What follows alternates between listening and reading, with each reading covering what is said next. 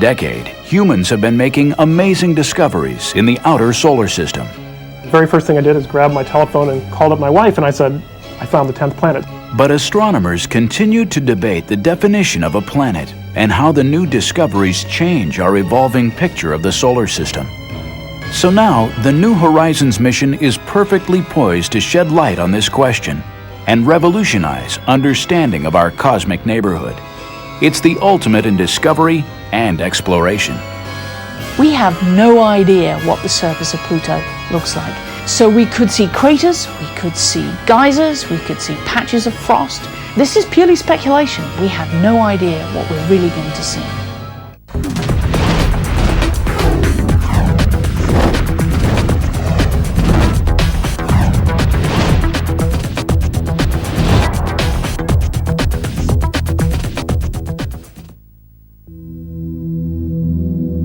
Late 2005, the long journey begins. Cape Canaveral, Florida, NASA's Kennedy Space Center.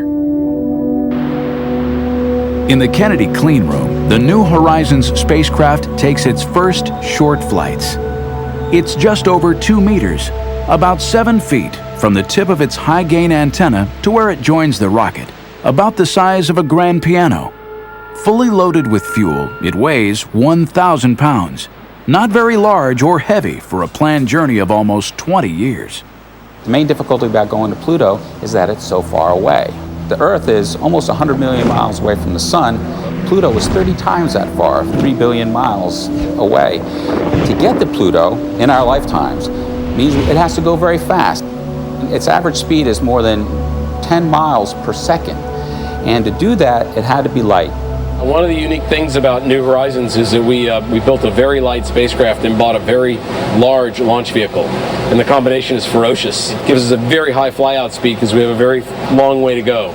Sprinting away from Earth on launch day, New Horizons crossed the orbit of the Moon in just 9 hours. Apollo took 3 days. The spacecraft reached Jupiter in 13 months. Galileo took 6 years. But even traveling more than 50,000 miles per hour, it will still be 2015 before New Horizons reaches Pluto and Charon. So it's not that we're dawdling, we have a long way to go. Why send a spacecraft on such a long and difficult journey into such a challenging environment? For the science team, it's a voyage back in time to see, close up, evidence of how solar systems form from clouds of gas and dust, and how Earth and all the planets were born. We're going to learn about how planets are built, because what Pluto is a planetary embryo, an object that's partially formed as a large planet, a stage in planetary formation that the Earth went through, that Mars went through, that all the larger planets had to pass through this size scale.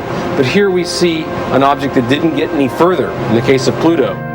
The National Academy of Sciences rated this mission to Pluto and beyond the most important planetary mission of the decade. That's because New Horizons could rewrite everything we know about the planets of our solar system. And if you think about the solar system, the so-called terrestrial planets, they're rocky objects in the inner solar system, Mercury, Venus, Earth, and Mars, have a lot of similarities. Then you step out a little bit further and you get into what are called the gas giant planets. These are huge objects which are dominated by large amounts of molecular hydrogen and helium gas. And that's Jupiter, Saturn, Uranus, and Neptune. And that was it. We sort of stopped there. And then there was the little misfit Pluto at the outer edge of the solar system. Poor little Pluto, all on its own. Then in the 1990s came a series of discoveries that changed everything.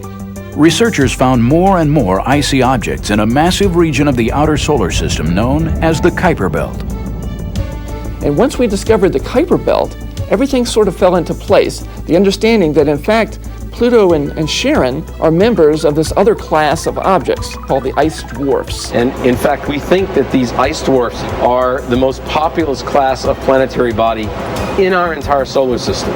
That tells us, from that respect, Pluto's not special. It's got lots of company out there. Ice dwarfs aren't just far out there. In the early days, 4 billion years ago, they may have had a role in shaping Earth and bringing our planet the materials of which we're made. The collisions within the Kuiper belt produce the short-period comets, which then fall in towards the sun and bombard the Earth, sometimes bringing some of that raw material from which life formed and some of the water that's on the surface of the Earth. This information about the Earth's birth isn't available anywhere else. So the key part of that big puzzle of how the solar system formed will come from looking at Pluto, understanding its nature, what it will imply about its formation, how it came to be, and everything about it.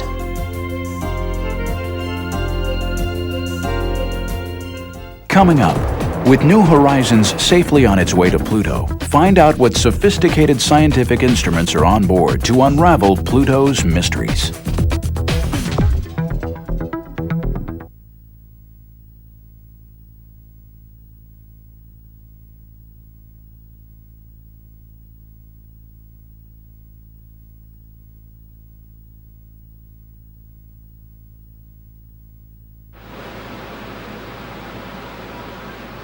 For this first ever trip to Pluto, the science team wants to find out the basics. What do Pluto and Charon look like? What are they made of? And what kind of atmosphere exists? Their hunch is that all these questions are connected. With Pluto, if you want to understand the atmosphere, you have to understand the surface. If you want to understand the surface composition, you have to understand the geology. If you want to understand the geology, you've got to understand the atmosphere. It's all tied together, and so we have instruments to study every aspect of Pluto. The 7 science instruments on board New Horizons are ingeniously designed. They're small and weigh very little. On average, each uses no more power than a household nightlight, and they're intended to work together seamlessly. We picked names for most of our instruments. We have Rex and Alice and Ralph, and it's just a happy family. The black and white telephoto camera called Lori will be used for navigation in the months before closest approach and to study Pluto's surface. This big barrel is a telescope called LORI, the Long Range Reconnaissance Imager. It's our biggest, most powerful camera in terms of resolution power. The cameras are key. For over 60 years, Pluto remained little more than a dot, as small and dim as a walnut seen from 30 miles away. In the 1990s, even the Hubble Space Telescope showed just a blurry surface. And this true color image is the best we can do with Hubble and advanced computers. Pluto clearly has a varied surface, but whether these are mountains or craters or polar caps remains a mystery. That's where New Horizons wide-angle camera comes in. We want to get up close and personal. Ralph is our main color camera. It's also the camera that's going to take our main global maps of Pluto. We can get in and map at scales of kilometers and sub-kilometers and even down to tens of meters. Football field-sized resolution at Pluto, we're going to be able to, to see things thousands of times more precisely than what we've been able to do with the Hubble Space Telescope. Strangely enough, Pluto's surface seems to have about the same brightness as freshly fallen snow on Earth. It appears so dim only because it's so small and very far away. Equally bizarre, Pluto sometimes behaves more like a comet than a planet. When its eccentric orbit brings it closer to the Sun, the surface heats up and produces a denser atmosphere. Ralph's sister instrument, using a different part of the electromagnetic spectrum, will be studying that. This is the ALICE ultraviolet spectrometer, which will probe the composition of Pluto's atmosphere and also study its surface. It measures light with a shorter wavelength than what you and I see. We fly past Pluto, that's the antenna direction. We're going to turn, so the antenna is pointed back at Pluto, back toward the Sun, and we're going to watch as the Sun passes behind Pluto, and we're going to see the sunlight get absorbed at these ultraviolet wavelengths, and we can tell what the atmosphere is made out of at these different heights. As Pluto approaches and retreats from the Sun, it's thought that there are seasons and weather that resurfaces the planet with fresh, bright ices. Some researchers think this is what creates the light and dark regions, but as yet, no one knows. New Horizons hopes to get to Pluto before winter sets in, and the atmosphere freezes back down to the surface as solid ice. Along its 9-year voyage, New Horizons will also be collecting some very important samples of dust. What's the big deal about dust? We have dust everywhere. Dust in your house, dust outside, dust all out the solar system. Well, dust comes from the grinding up of material that gets shed and left around. In the case of the solar system, we believe that the dust that's flying around the solar system was produced by the grinding up of asteroids, the grinding up of Kuiper Belt objects, the grinding up of ring particles and so on, that is left over from the process of not just forming the solar system, but its constant evolution over time. So the last of the 7 instruments is a special dust counter. But this instrument comes from a very surprising source. Every part, from logo to detectors, was designed entirely by college students. Its job is to profile the density of dust particles all the way across the solar system for the first time. But the real breakthrough of this instrument, it's the first time that students have been able to build a flight quality instrument on their own and fly it on a mission to a planet. The students documented their project in behind-the-scenes home videos. Our final instrument will have 12 of these dust detectors all lined up on a panel about 0.1 meters squared.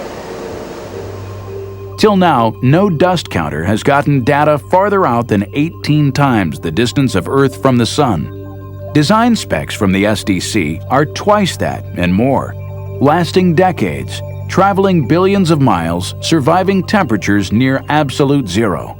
Even though it's a student project, the dust counter is every bit as robust and serious as the other instruments on board. The students faced review boards of veteran scientists and engineers as part of the design process. Together, the 7 science instruments are the most powerful set of detectors ever sent on a first flyby of any world in our solar system. But making sure the Pluto flyby is successful meant a race against time to launch in 2006. And before they could ship the spacecraft to the Cape, the hardware and the science instruments all have to go through a rigorous test program. For this mission, keeping on schedule was critical. It's also important that we get there as soon as possible because Pluto does have an atmosphere right now, but it's moving farther and farther away from the Sun. And at some point, that atmosphere is going to freeze out. Although meeting the target launch date is critical, so is making sure that all the hardware works together like a finely tuned machine.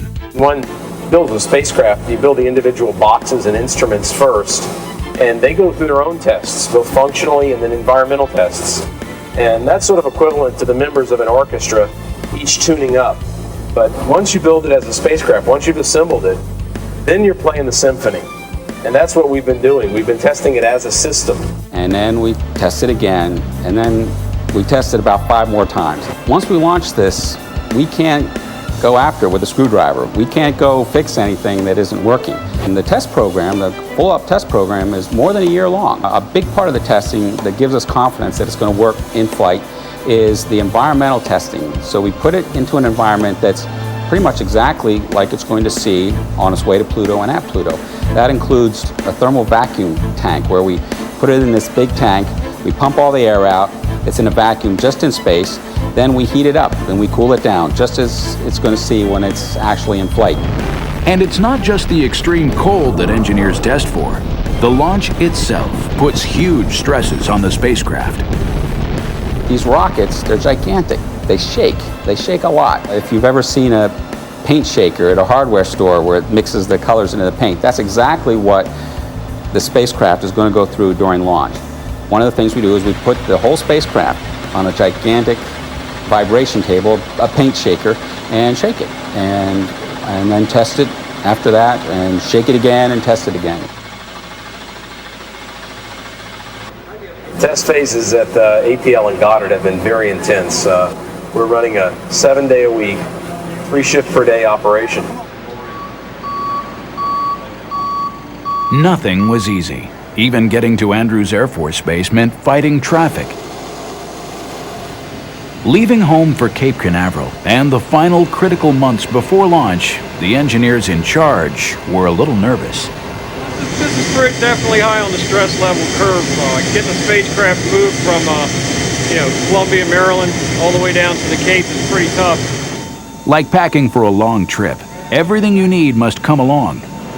Test equipment, spares, tools. Everything we're doing is the last time we do it. We want to make sure every bolt is exactly tightened, fastened correctly, everything's been assembled, tested, the records are kept properly because there's no going back. This is a flight build. Saturday, December 17th, 2005. Spacecraft and third stage, in its closed-up fairing, like a giant fragile egg, are placed on top of a huge transporter. With 9 axles and 81 wheels, it's able to raise and lower itself to roll over bumps and up and down slopes without tilting the cargo. Working round the clock, they arrive at Pad 41 before dawn.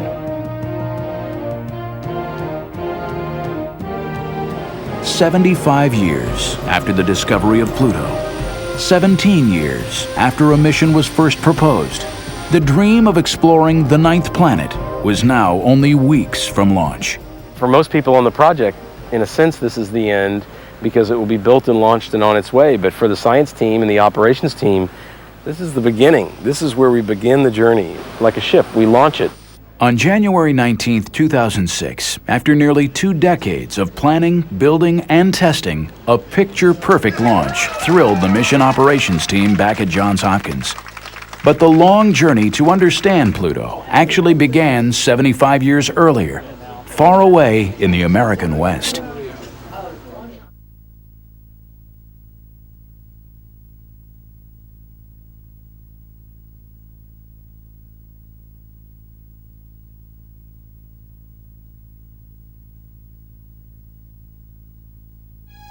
The story of Pluto's discovery begins here, Flagstaff, Arizona, the Lowell Observatory.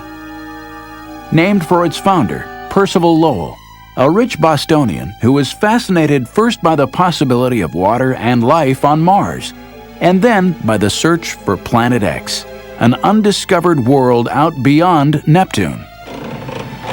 Pluto was discovered here, and the observatory remains a center of Pluto research today. Astronomer Mark Bowie personifies the ingenuity and persistence it takes to study Pluto. Part of why I like Pluto so much, because it's a cold, icy place. Bowie's role on New Horizons is to help find targets far out in the Kuiper Belt, where the spacecraft will travel after it has flown by Pluto and Charon. This homegrown instrument, named Mimir after a Norse god of wisdom, will be placed on ground-based telescopes to study ices on Pluto's surface before the spacecraft gets there. For 2 decades, Bowie and colleagues have used the best instruments available to map the planet. In the mid-90s, he and Alan Stern collaborated in using the Hubble Space Telescope to make the first direct images of Pluto's surface. Hubble has revealed the first glimpse of Pluto for the first time. And it's exciting to Mark and I and to our whole scientific team to be able to see this object that no humans really could glimpse as a real planet, as a real object in the solar system previously. In 2002, astronauts placed the new Advanced Camera for Surveys on board Hubble, and Bowie now had data for a new map.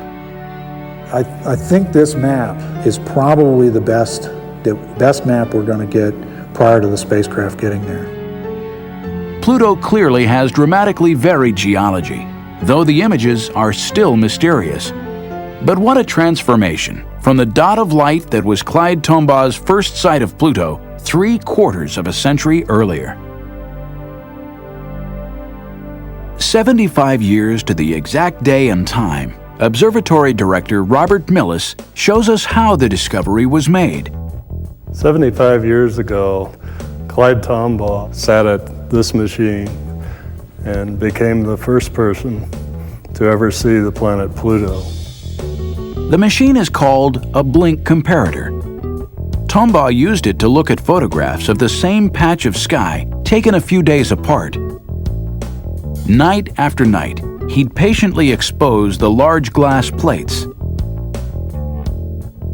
Day after day, he'd blink the plates back and forth, looking for anything different from the fixed points of starlight. Decades later, Tombaugh still recalled just how uncomfortable and challenging the search for Planet X turned out to be. You get cold, you get numb. It took a lot of perseverance, because this gets brutally monotonous. Blinking back and forward, Tombaugh was looking for anything that shifted position. The only means you have identifying a planet is going to be small, it's like a small star image. The only clue you have is it shifts position with an interval of a few days in the night's time. That's the only clue you have. So you've got to see all these star images, hundreds of thousands of them, to see if any of them shift position during the interval between the first and second plate. That small movement was just what Tombaugh saw on February 17, 1930. The arrows were added to show its position a few days apart. It was just what Lowell and Tombaugh wanted to see, a distant planet. After some debate, an English schoolgirl, 11-year-old Venetia Burney, came up with the name Pluto, god of the underworld. PL, of course, were also Lowell's initials. By studying the motion of that dim and distant dot of light, astronomers discovered a Pluto year, the time it takes to move once around the Sun, was equal to 248 Earth years. The angle of its orbit, seen here in silver, was steeper than any other planet. Its distance from the Sun also varied more than any other planet. For 48 years, that was all anyone knew about Pluto. Then, in 1978, astronomers Jim Christie and Bob Harrington analyzed new plates taken at the U.S. Naval Observatory in Flagstaff. Christie noted an elongation of the planet to the north. 1 month later, the bump had disappeared. Blink the images back and forward just like Clyde had done, and you see the bump is moving. Their conclusion? Pluto, like Earth, has a moon.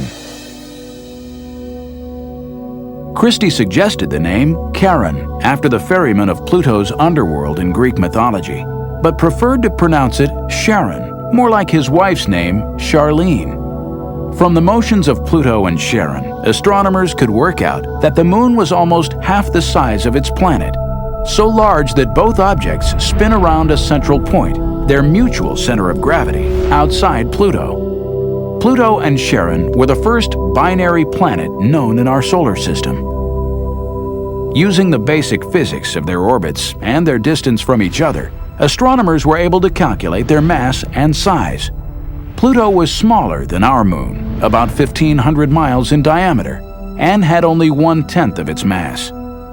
Pluto and Charon together would barely stretch across the continental United States.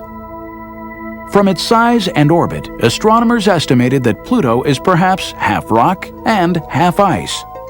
That makes it one of the largest of a whole new class of objects, the ice dwarfs, living out in what's known as the Kuiper Belt. This region is named for Gerard Kuiper, a leading mid-20th century planetary astronomer. Kuiper suggested that the solar system didn't end with Neptune and Pluto, but that there should be a disk or belt of other worlds somewhere way out there. In 1992, from a mountaintop in Hawaii, David Jewett and Jane Liu found the first Kuiper Belt object. They were using new and highly sensitive CCDs, like the sensors in a modern digital camera. But their technique was essentially an updated version of Tombaugh's work. Take carefully registered images of a patch of sky and see if anything moves against the distant stars. This one, QB1, did just that. Jewett and Liu had found the first Kuiper Belt object. It was just a few hundred kilometers across, about the size of an asteroid. In 2002, Caltech astronomer Mike Brown and colleagues found a Kuiper Belt object half the size of Pluto. In 2004, Sedna, another world, 3/4 the size of Pluto. Brown kept on looking, using computers to do the work of Tombaugh's blink comparator. We do exactly the same thing. Clyde Tombaugh is the one who basically figured out the system for finding these things, but we do it all by computer instead. These are 3 images in a row that are blinking on the screen, just like Clyde Tombaugh would blink. On the morning of January 5th, 2005, I was looking at these very images, and I clicked the button saying this one's no good, and I suddenly see this object here very clearly moving across the frame in dead center. This is the one where I almost literally fell out of my chair, because it's perhaps it's close to being the brightest object we'd ever seen out there, and it's also moving extremely slowly. Slow means it's far away. Slow and bright means it's really big. If you combined more distant with anything we'd ever found and almost the brightest thing we'd ever found, you knew immediately that this thing had to be the biggest thing we'd ever found in the outer solar system. The very first thing I did is grab my telephone and called up my wife, and I said, I found the 10th planet. 2003 UB313, the random name assigned by Brown's computer, was 25% larger than Pluto. Until an official name was chosen, Brown came up with a temporary nickname, commemorating Percival Lowell's search for Planet X. We had actually been reserving the name Xena for the first object that we found larger than Pluto. We wanted something that started with an X for Planet X. We wanted something that was mythological. Now Xena is only TV mythology, not real mythology, but we figured Pluto is named after a cartoon dog, so that's okay. And we wanted something that, we decided there weren't enough female planets, so we were going to name another one female planet. So if you take those 3 together, you get Xena. Xena has now officially been named Eris, goddess of discord, which seems appropriate. Some astronomers argue that Pluto and Eris, as Kuiper Belt objects, should not be classified as true planets. Others disagree. In August 2006, in a controversial decision, the International Astronomical Union reclassified Pluto, Charon, and Eris as dwarf planets. But Mike Brown thinks the new findings far out in the Kuiper Belt only make the New Horizons mission more exciting. Pluto is the closest member of this new class of objects we're finding. The next best thing to studying all of these objects out there is to go look at some of the big ones. Go look at Pluto. It's not the biggest one out there, but it's the closest really big one that we can learn a lot about. So I think that going to Pluto is much more exciting today than it was even a year ago. In 2005, Hal Weaver and Alan Stern used the Hubble for another close-up look at Pluto and Charon. We want to know everything that could possibly be along our path as we're going through the Pluto-Charon system. The result was an historic and astonishing discovery. This was just incredible. In fact, it was so incredible we almost didn't believe it at first. They saw 2 small, dim moons where only Charon had been known before. It would double the excitement of the close encounter. We get 4 for the price of 2. You know, instead of having just Pluto and Charon, we now have another couple of exciting moons to investigate. Pluto is an even more interesting place than we imagined. Mark Bowie went back and confirmed the discovery by reanalyzing previous images. He made this true color portrait of Pluto and Charon with the newest moons, Nix and Hydra. New Horizons will speed through the Pluto system in less than a day. To maximize success, the mission would use flying by Jupiter, the largest planet in our solar system, as a dress rehearsal for encountering the smallest. Early 2007, engineers and scientists got ready.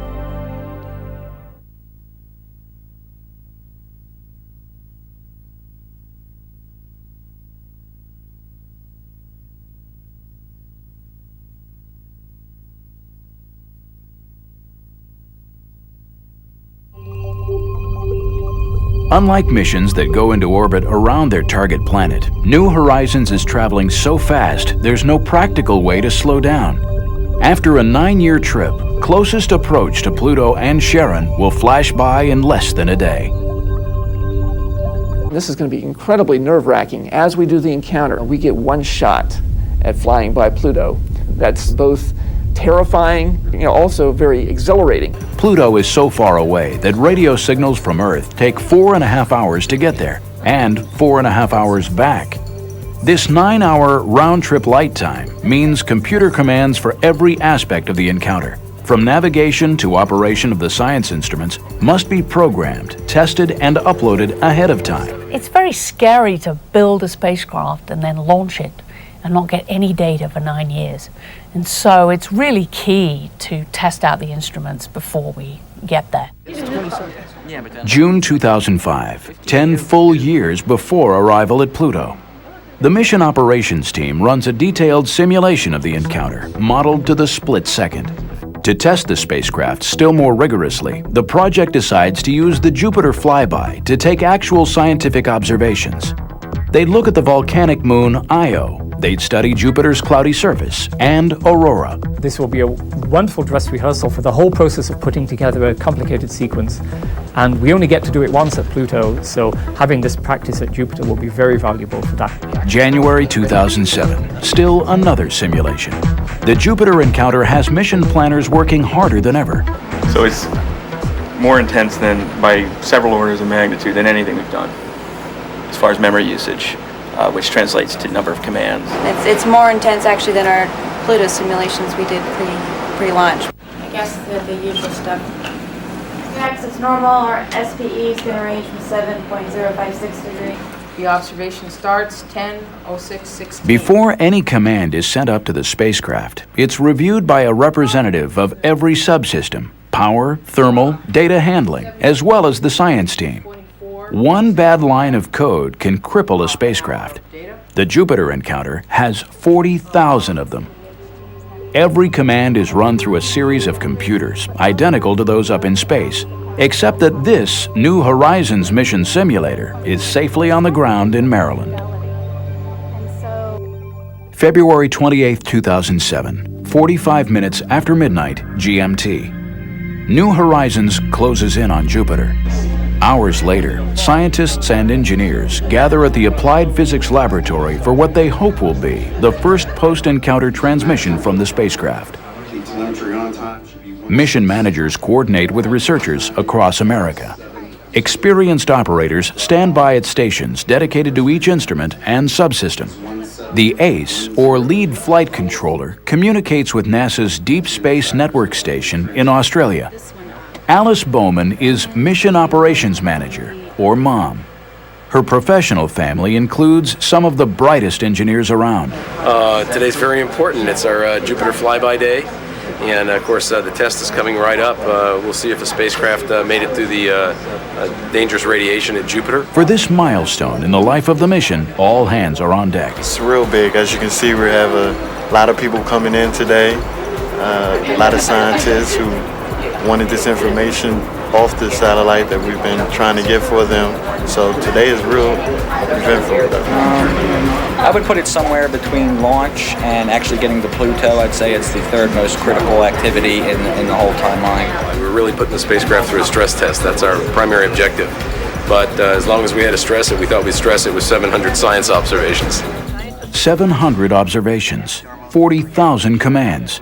Science planners work with guidance and control engineers to write a playbook for the encounter, a script for every time tick of the flyby. At Jupiter, New Horizons is on her own. Here on Earth, they wait. You guys nervous? No, not really. Nothing we can do at this point. That's right, not nervous. No. Not a bit.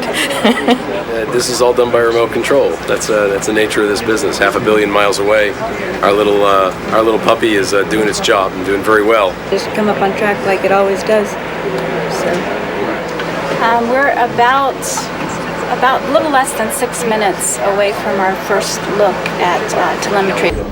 They'll know all is well when screens light up with green text indicating the spacecraft has survived. DSN Australia confirms that New Horizons has phoned home. Pluto Ace. Go ahead, Pluto Ace. Yes, we're now receiving telemetry and we're locked. RF mom on Pluto 1. Status check. RF is green. PI, this is mom on Pluto 1. Spacecraft telemetry for all subsystems is nominal. Spacecraft is outward bound from Jupiter, and we're on our way to Pluto. Congratulations. All right.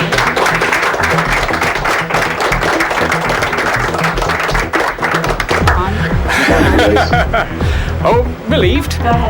We expected everything to go well, but it's good to know that it really did.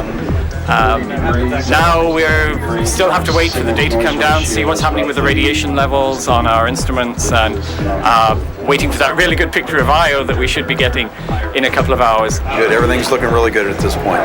The station's cooperating, no problems with the station, the spacecraft's in a good state, all's well. Jupiter's not our ultimate destination. It's very nice, that we can actually get a lot of great scientific data for free, basically. We get that gravity boost, the most important thing, but after that, just getting that extra science and the extra practice for doing an encounter, which are really hairy. These encounter situations where it's all or nothing. You fly by and you don't return. We have to make sure everything works perfectly. So we're going to learn some lessons from this experience, apply them to the Pluto encounter, and hopefully make for an even better Pluto encounter. The engineers could tell right away that all spacecraft systems were nominal, but the scientists wanted to see the very first pictures of Io. They'd gotten used to fancy computer graphics depicting an imaginary trajectory and volcanic plumes. But the actual images just in from Jupiter would determine scientific success or failure.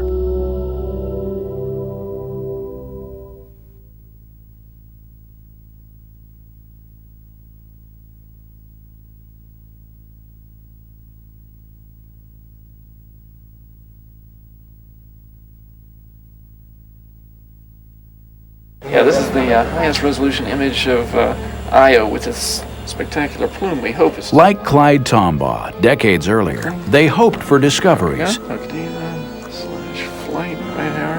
Oops. The spacecraft took the images hours before, but for the researchers, this was exploration live and real time. There it is off the, wow. Okay. Camera and spacecraft delivered as promised. 2 plumes off the limb. Okay. Got both. We got the night shipping. Oh wow! Look at that. Oh yeah. And we got both of them. We got both of them. And another plume. Oh my gosh! Look, rising into sunlight. Right, yeah. The first raw images might be fuzzy, but now they knew their aim was true. Computers would be able to clean them up and begin to update the textbooks. Yeah. Hal and John rushed next door to let the full science team see how their spacecraft was performing. The second plume has a different shape. Researchers called out requests to adjust brightness and contrast to reveal details hidden in the pictures. Now they knew for sure they'd captured the volcano called Tvashtar, spewing its sulfur plume 180 miles up into space. How about that one up there? What is that? How about this one here? Is that a mountain or is that a mountain?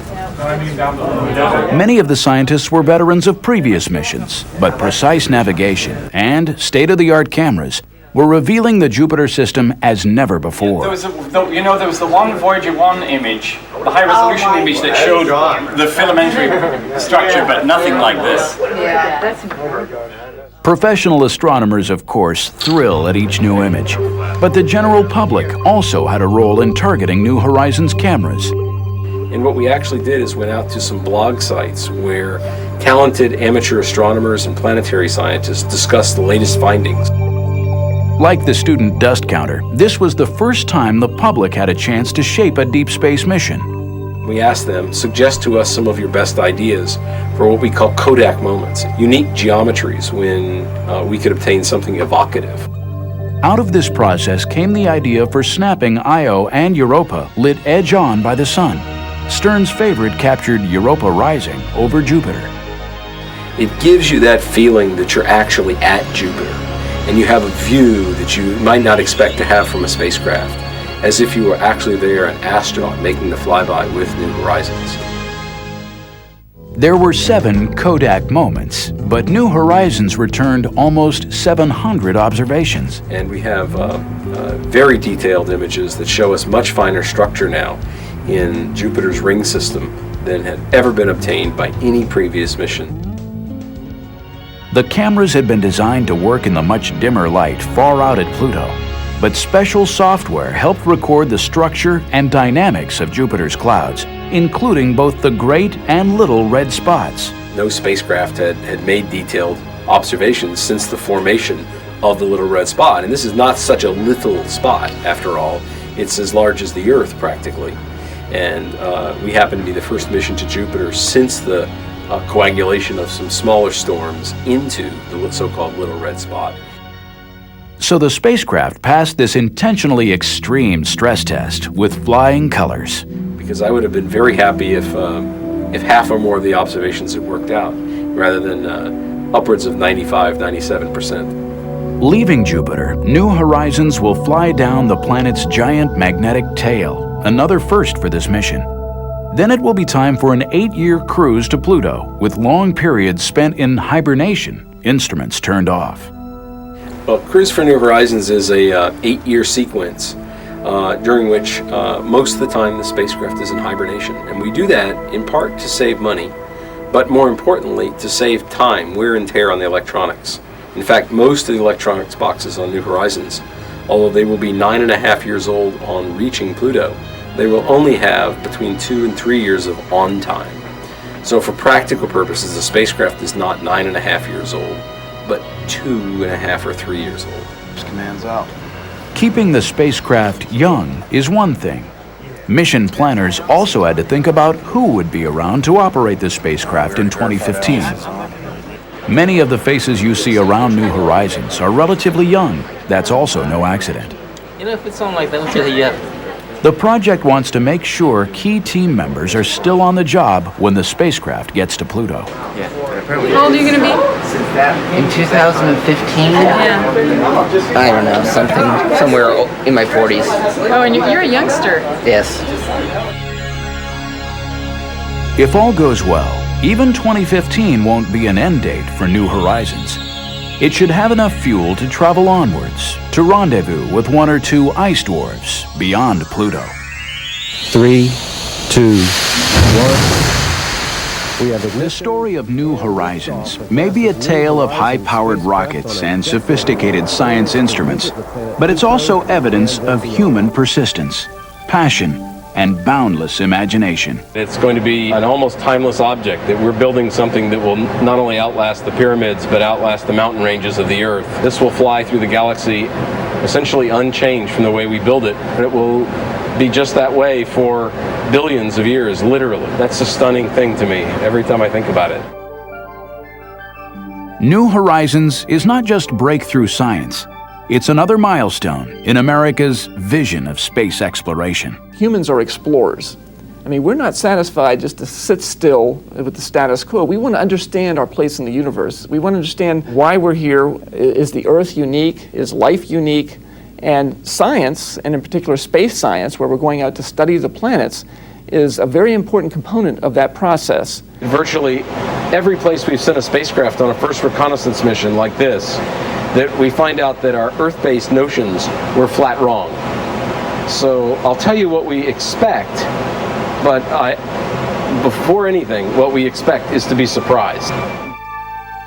Exploring the outer solar system, because it's so